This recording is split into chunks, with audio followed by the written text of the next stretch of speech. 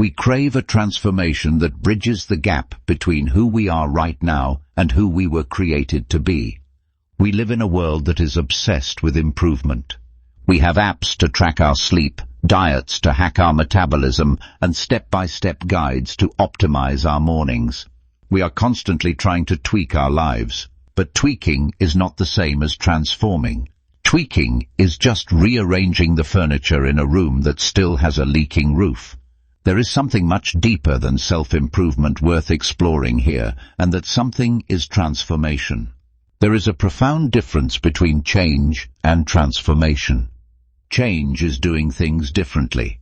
Transformation is becoming someone different. It simply does not work. You have to be made new to hold the new things meant for you, because if we do not actively choose to be transformed, we will inevitably be conformed. The Apostle Paul understood this battle perfectly.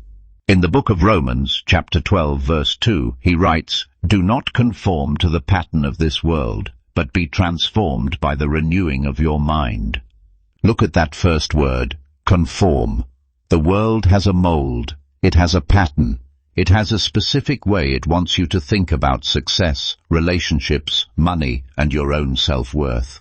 And if you are not careful, the pressures of life, the culture around you, and your own unhealed wounds will press you into that mold. Conforming is easy. It happens by default.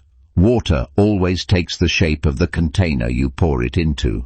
But Paul says, do not conform, but be transformed. Transformation is the daily, sometimes grueling, but always beautiful process of exchanging your thoughts for his thoughts. Paul gives us the key by the renewing of your mind. The Greek word used for transformed in Romans chapter 12 verse 2 is metamorpho. It is the exact same root word we use in science for metamorphosis, the profound physical change a caterpillar undergoes to become a butterfly. Think about the caterpillar. It does not just put on a pair of wings and try to fly. It must literally dissolve in the chrysalis.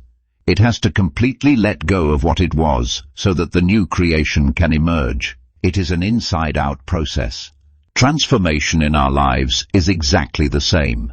It does not start with your behavior. It starts with your beliefs. It starts in the mind. Every step forward on this journey matters more than you realize, not just for your own life, but for the lives of every person watching you walk it.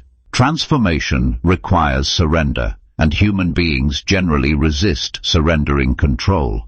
The potter's wheel is not always a comfortable place for the clay. There is pressing, there is pulling, and sometimes the potter has to break the clay down to start over and remove the lumps. But the hands of the potter are always loving.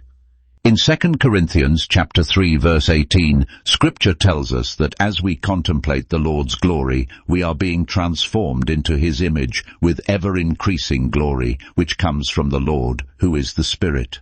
Notice it says ever-increasing glory. It is a process. You do not go to sleep as a caterpillar and wake up the next morning as a butterfly. It takes time in the secret place. It takes grace for yourself when you stumble. That is where the real journey begins. What old mindset, what old grudge, what old fear is keeping you stuck in the chrysalis? The need for transformation is urgent, because there is a world out there waiting on the other side of your obedience. There are people whose own healing is tied to the testimony of your transformation. Stop trying to just try harder. Stop trying to white-knuckle your way into being a better person. Instead, surrender. Offer your mind to be renewed. Step onto the potter's wheel and say, Lord, I am tired of my own mold. Make me new.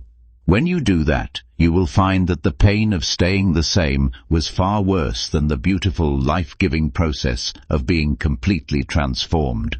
The courage to be made new is not found in your own strength. It is found in the moment you finally stop holding on and let the hands of the potter do what only he can do.